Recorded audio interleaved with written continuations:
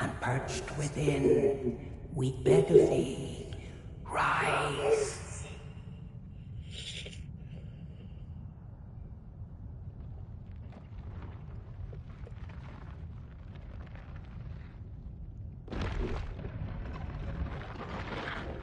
Dance and kavod, cleanse all that thou wilt.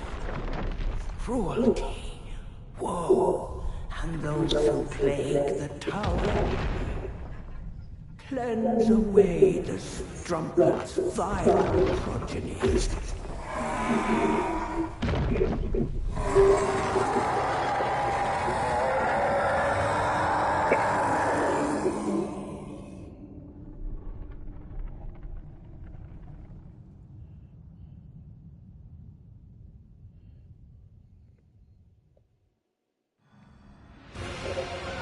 They are the ones charged with taking care that the laws are faithfully executed. Therefore, we want to encourage a robust, don't look over your shoulder presidency where they will talk to his attorney general and make sure that the laws are faithfully executed. And therefore, you are immune from being prosecuted, even if you commit a crime in that context, right? Think about that. Think about whoever he's going to install as the Attorney General of the United States. It's going to be someone who's loyal to him and somebody who essentially pledges allegiance to him as opposed to the United States Constitution.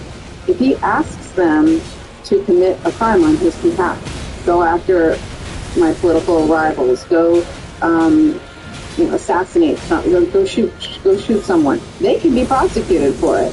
He can't. He cannot. And you're not even allowed to look at his motives. You're not even allowed to talk about it. You're not allowed to do anything because of this ruling.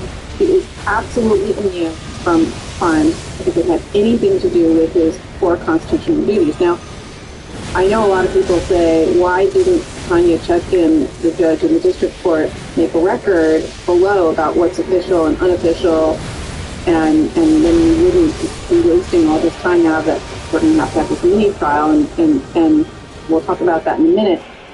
I think it's because it is so perplexing that anyone, how could committing a crime ever be in your job description? How could you ever be doing your job or in any way carrying out your duties if you're committing a crime? It just is such a head scratcher to me. So that in and of itself to me is just unbelievable that they would say that, number one. Number two, the next category that you were talking about, the presumption of immunity, the presumption that the president gets.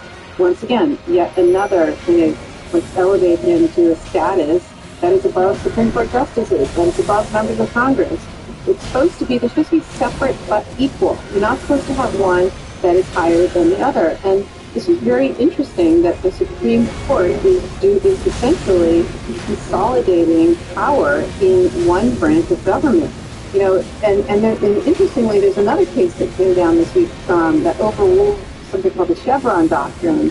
That the Chevron doctrine basically said, and if we have time, we'll talk about it. But it essentially talks about what powers administrative agencies have, right? Like the Environmental Protection Agency, whatever it is, all the agencies that exist in the executive branch that are passed under the Administrative Procedures Act, they exist in order to carry out the laws that Congress passes. Historically, under Chevron for the last 40 years, the the agencies had a lot of power and a lot of authority, and the court took that away and consolidated it with themselves, right? They said, no, we need to process out courts. And so it's like essentially what they're doing is they're consolidating power with themselves and the courts, and they are giving the president even more power. It was just incredibly surprising and shocking to me, his decision, and all of the decisions. It's hard for me to parse them out and say, oh, this one's worse than that. This one is truly the worst. But the part about this decision that to me takes the cake is that you're not allowed to even look at the motive, and you're not allowed to use any evidence. And that's the part that could potentially impact the Manhattan DA case. But that's what surprised me. But to answer the question, what happens next? What has to happen next is this case is sent being sent back down to the district court, where Judge Chuckin now has to hold a hearing, which Danya Perry, my colleague in law and in podcasting on our other podcast, Mistrial, she said a couple weeks ago, she said,